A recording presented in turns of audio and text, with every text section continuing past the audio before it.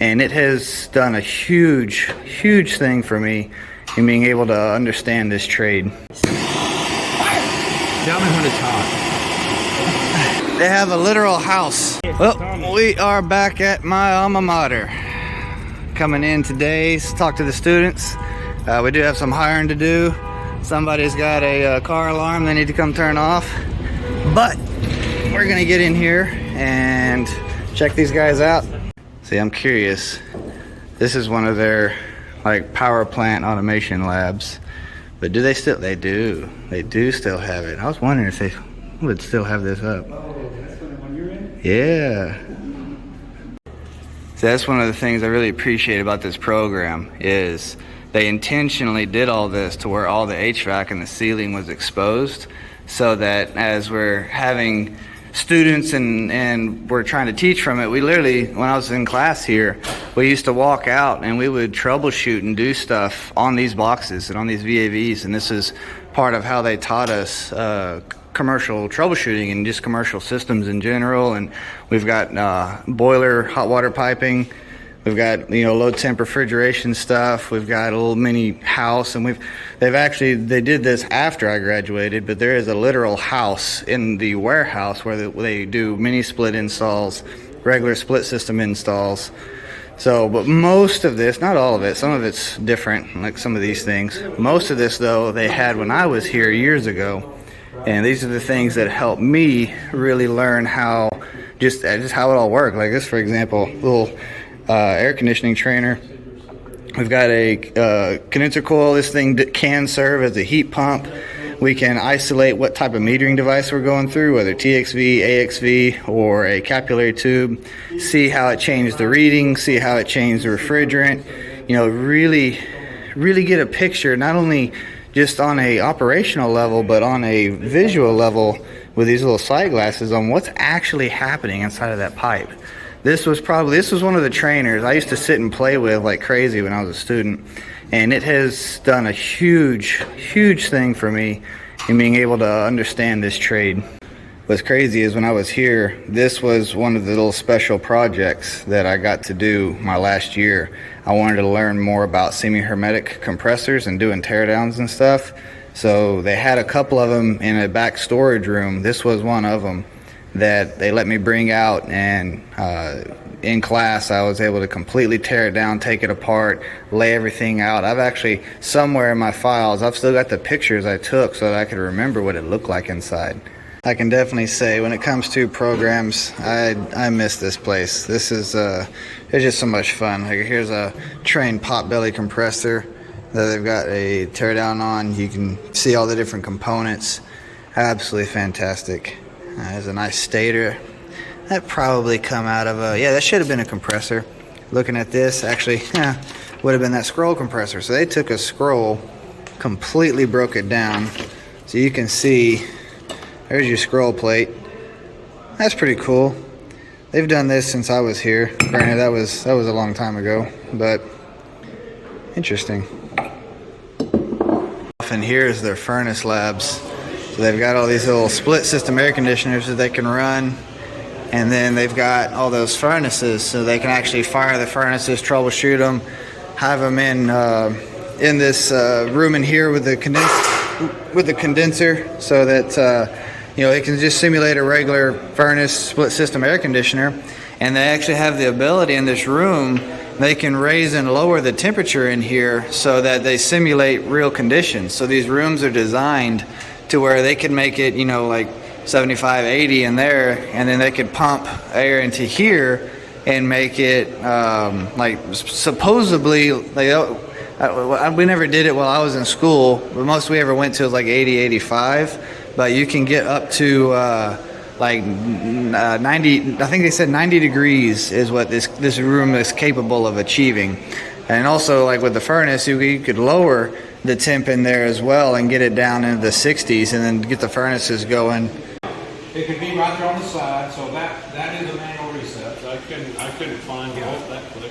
Yeah, so that one was apparently open. Then the old blue boards. These are the infamous blue boards. This was the electrical troubleshooter that we were using, and we had just gotten some new ones my second year They were in some black cases, and so these kind of started to fade out. But this is where I learned electrical circuitry, is on these boards right here. This is what we refer to as the heat pump lab.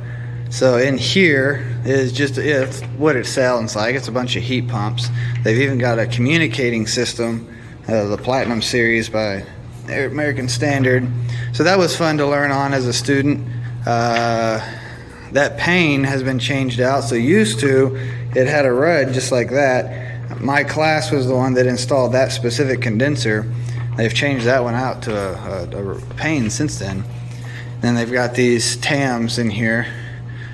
Man, yeah, these used to be TAMs. They've changed these out, and I got this Coleman. I couldn't even tell you what they're doing with that. That's some kind of voltage monitor, maybe.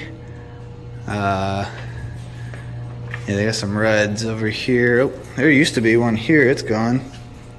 That's interesting. I see several of them have this little monitor now. That's curious. I need to ask them about that. Back in their gas heating lab, I just was walking by. I saw they've been tearing these burners apart. It's really interesting to me. And this is how I learned. You know, there's an ECM module. So I used to do this at home, you know, when I was coming up in the trade. I would take parts and components home and just do teardowns on them and study each little piece and why it worked, how it worked. This is the part that actually closes the gas off in there, and it doesn't matter what the device is. If it has a thermocouple, it has to do this. Right. Now these are not capable of opening themselves, so a human has to push down on this button over here, and you can see the button, see the plunger move here. Mm-hmm. That's pushing this away from the seat. So we get this little rubber. Pretty important that it be clean and sealed 100%. But that is your shut off, and it shuts off the pilot and the main valve. So if you lose your thermocouple, okay, fast forward.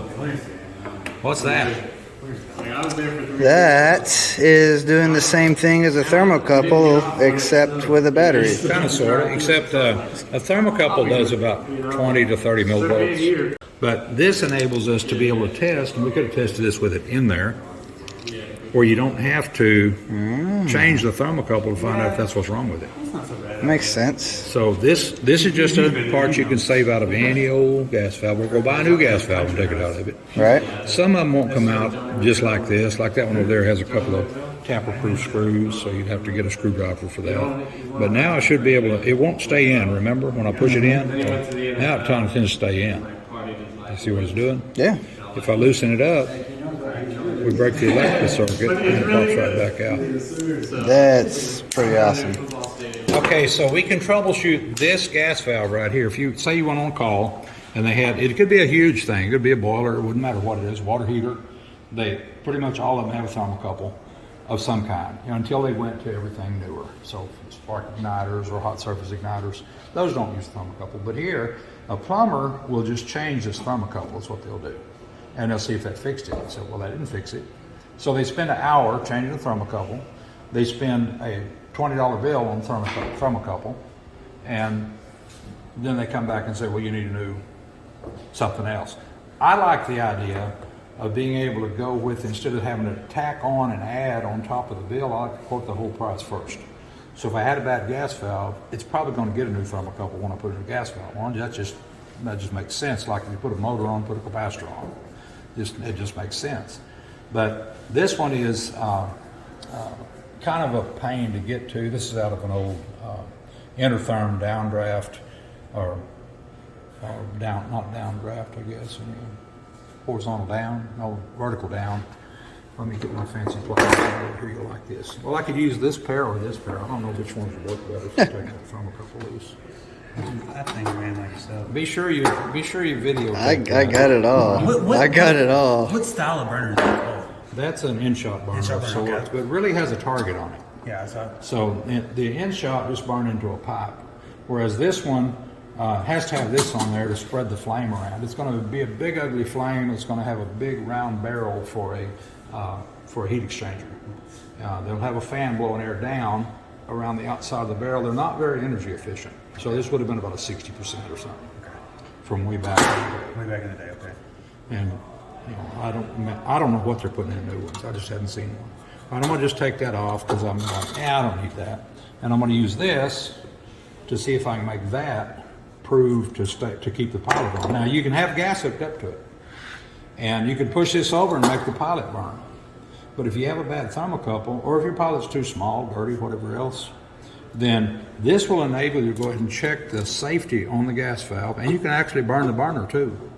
You still have 24 volts hooked up. You have to have something that's going to keep the safety portion of it open, because it's a separate circuit entirely. I don't know if I can get that to go in there or not. Usually I get students to do this. Anyway, just tighten that up kind of by hand. And what it's going to do is I'm going to just push this over into the light position, which would be like pushing down on this button on this Honeywell, or this one on this ITT General, or whatever that thing is. That's another Honeywell. So, but you'd have to push this down to make the pilot light. It has to be turned to the pilot position and pushed down. It won't go in otherwise. The filter fell out of that one. Okay, so I didn't, normally you'd be sitting there like, I got to have that fire going. Well, this is on. It's got 1500 millivolts. We only needed 20 or 10. Only need about 1.5 to keep it on. And we measured that. You can measure it right here by reaching in the side of one of these slotted ones. This would be a great one to use for a test device, to test a thermocouple, because you can put it over here just like this, heat your thermocouple, and see if your thermocouple's putting out enough to make this one hold. So if it'll make this one hold, it'd be reasonable to say it should make that one hold. But anyway, what we've got right now is, I've got the pilot open right now. There's no way for you to tell because I don't have any gas on it, but just listen to it. You remember my fancy pliers I had a while ago? I'm going to do this very slowly here, so you might hear a little tiny click come from that thing that involves when it disengages. Do you hear it? Yep. Let me put it back on. Reset the spring, which the magnet is now holding. I had Holden do it over there a while ago by hand. I'll let you do it too. But whenever it's time to release it, I'm just going to release it again with these pliers, and it should make the same click. That's happening inside the valve where that's closing that thing out. So what that is this thing dropping out. So there'll be something similar to this. These are not the same manufacturer. This is a Robert Shaw. That's a Honeywell. That's a newer Honeywell that's still 25 years old. None of the newer ones have any of that stuff. There's no thermocouple on them. All you've got is just voltage going to it. So when you hook up 24 volts right there, it'll run. Kind of dangerous. It's real easy to bypass. Think about how easy that would be to make that furnace come on. Yeah, so we want to try to stay away from that, but they wanted to make sure the fire wasn't going to do anything to anybody. And so just by loosening this thing, let me reset it. And I know this is not the right tool for this. Just in case, I'll use the right tool. That was the left tool. If I'd known you was coming, I'd have baked a cake. There you go. You didn't tell me you was going to stick around. I've got my class back there just familiarizing themselves with equipment. One group found a missing thermal limit of some kind. They didn't know what it was. They just found 2 yellow wires hanging in there, and the light flashing on the control board said, you got an open limit. Didn't say which one. We looked at a wiring diagram, decided that was probably it. Hook those 2 wires together, it fires off. Now, that proves the rest of it works, right? And it's just that somebody took a part off of it. Happens all the time around here. Happens in maintenance too. You'll go out on a call and maintenance man got there before you, and thermostat just laying over there somewhere. For sure. Yeah. You're going to like this part. All right, let me see if I can make this happen without anybody getting hurt here. Oh, no. Yeah, here we go. Nobody needs to get hurt. Okay, so this is an electromagnet. If you look at it, it looks like a cartoon horseshoe magnet. Yeah? So if you take that part of it off, there's the electric part, there's the non-electric part. Right. That's not a permanent magnet. It won't stick to nothing. It's not any kind of, and this isn't a magnet either. It won't stick to anything. Okay, but the idea with this is that part was over there. When I was pushing that in, there would have been a seal on this, or maybe a lever that went to a seal or something like that. But spring loaded. So the spring would automatically pull it away from the magnet. And whenever you push down on that button, feel it that way, push it down and push it down. No, this button right here, the little red button. That has to be set on pilot for it to go down. Okay, when you push that in, you'll feel it go in about halfway, and then it gets hard, and then you push it some more. Yeah. That second half is when the actual valve is moving. When you're actually, like this one, when this actually moves. Okay. So we could take that one apart if we had a pentalobe screwdriver. You like that? Pentalobe. That might be what we're for it. I might have seen that somewhere.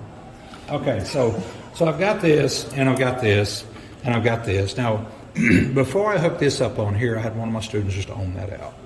If you ohm that now, you get a different reading because this is a hot junction where the inside part and the outside part are connected inside of here, just like your little yellow lead that came with your meter, that plugs into your meter. These things right here, these are just thermocouples. So they're welded together on the end. That's your hot junction. Now those are calibrated to make electricity a lot quicker, or to be read by a pretty sensitive meter. But this is going to make some dumb electricity. Is what it's going to do. We're just going to make an electromagnet out of it. So this is going to stick to that. Okay. Now they're not strong enough to open the valve. These are just safety valves. It's just there to verify that if you lost your pilot, then you lost your millivolts, then because it cools off. But if anything kept this hot, if I put that heat gun on this long enough, it might keep it on. But that doesn't prove I have a flame. So you can see how that's kind of a uh-oh. All right, so I'm going to see if I can put this back together. I've never taken this apart before. These little pieces, this came out of one that had a bad, would not, whenever we ohmed it out, ohmed from the middle part to right here, you're supposed to have continuity there because it's just that wire. And that's not a small wire, it's a fat wire. It's got a very low amount of voltage to do anything, so it has to be low resistance if you're going to use low voltage. Right. Just like a 230 volt contactor coil is going to be high resistance, and a 24 volt will be low resistance for the same 3-pole 60 volt or 60 amp contactor. Okay. All right. So now what I'm going to do is I'm going to mess around here a little bit, and I'm going to have to hold on to this, but I'm going to warm that up a little bit. And what I want you to do, I'm going to hold this down over here. I'm going to put the fire going out that way. Move all the flammables. Oh, come on. Take all the fun out of it. Move some of the bombs out of the way. And what you're going to do is you're going to set that on there, and then you're going to take it back off. Let's see if you. He didn't understand this. Maybe a little. Set it on there and take it. Is it pretty easy? Yeah, it seems like it might weigh less than an ounce. Just set it on there for a minute. I'm going to light it. Tell me when it's hot. Come on now. Tell me when it's hot. I think it's getting there. Yeah. I'll be a monkey's uncle. That's incredible. Yeah. Incredible feats of manliness. Yeah, showing off his strength. Look, working on those guns so he can overcome. Yeah, and it's not even hot anymore. It's not even hot anymore. It's still got some millivolts though, so it's not what we call hot. But it'd still be hot enough to burn. Yeah, I would not touch it. Yeah. And this was definitely my favorite lab in school. This is our refrigeration. So we have an actual walk-in cooler, walk-in freezer. I helped, actually this wasn't the one we did, so they put a different one here. But I did help install a cooler a condenser for the cooler, walk-in cooler here. This may have been the one I did, I don't remember. I do know that if you see, and this was when I was actually teaching here at TJC for a time, you notice none of these wires are factory. Yeah, that's on purpose. One of the labs that I did for my troubleshooting portion of my class, I literally came in here, stripped all of the wiring completely out of it, left no factory wiring at all, and then I had the students completely rewire it from scratch based off of the wiring diagram. And I did not let them use the factory wiring. They had to practice making terminal connections and re-hook the entire system and then make sure it turned back on and it functioned like it was supposed to. So that was fun. I remember that one. This was to the freezer. So this box is split in half, and it's your typical walk-through cooler, get to the freezer. They do have a handful of ice machines floating around that we can troubleshoot. They've actually got this one running, so it's making ice. Yeah. One of the really big things about it that I want to take the opportunity to point out is programs like this are absolutely necessary for just the modern trade. There's so many things, so many nuances, there's so much to know and learn and just get into in this trade. you need a program like this. So this particular school is it's a junior college. It's a local community college, and it's a 2-year program. Now they have shorter length, like you can just get certified versus your associates. But I would highly recommend to you, in today's trade, today's market, really get your associate's degree if you can. Go somewhere where they offer that. You know, this is an incredible program. I'm very thankful for what I was able to get from here. I did get my associates from here. I took night classes for 2 years to accomplish this while I was working in the field as a service tech, you know, in this trade. So just whether it's a program like this, you know, or any program out there, please go to school, find a good one, get your associate's degree. It is definitely going to make your career so much more obtainable as to what you want to do with your life, how much you want to make, all of those things. It's an incredible place. Filter dryer. That's a good question. Holding how much comes lower? Pull out of a filter dryer is in here. So my question is, if you have a brand new system and you're commissioning it and it runs for a while, you're obviously going to want to change the filter dryer because there's going to be a lot of trash on startup that gets caught in your filter dryer. Yep. But if for some reason that system was open to the atmosphere and it had a brand new filter dryer on it, it's going to have moisture in the filter dryer, right? Would you want to change it every time? Absolutely. If those lines, yeah, anytime those lines open up and you have exposure to atmosphere, you're putting a new dryer in. And the dryer is so cheap and easy to replace, it's not worth the risk of not doing it. Right. Absolutely. So we're going through, everybody's practicing pulling vacuums.